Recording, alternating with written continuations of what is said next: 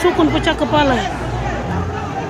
Kericuhan di Jayapura saat iring-iringan jenazah ex-Gubernur Papua Lukas NMB dinilai sebagai bentuk akumulasi kekecewaan masyarakat terhadap Komisi Pemberantasan Korupsi.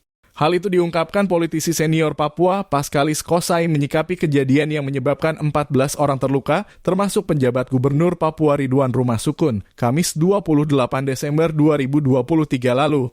Menurutnya, KPK memaksakan proses hukum tanpa mempertimbangkan kondisi kesehatan Lukas NMB.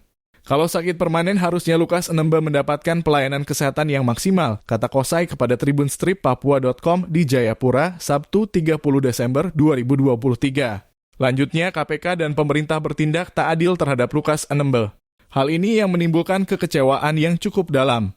Peristiwa atau insiden penghadangan terhadap PJ Gubernur Papua dan Kapolda Papua sampai berlanjut kerusakan fasilitas umum itu merupakan ekspresi dan pelampiasan kekecewaan rakyat.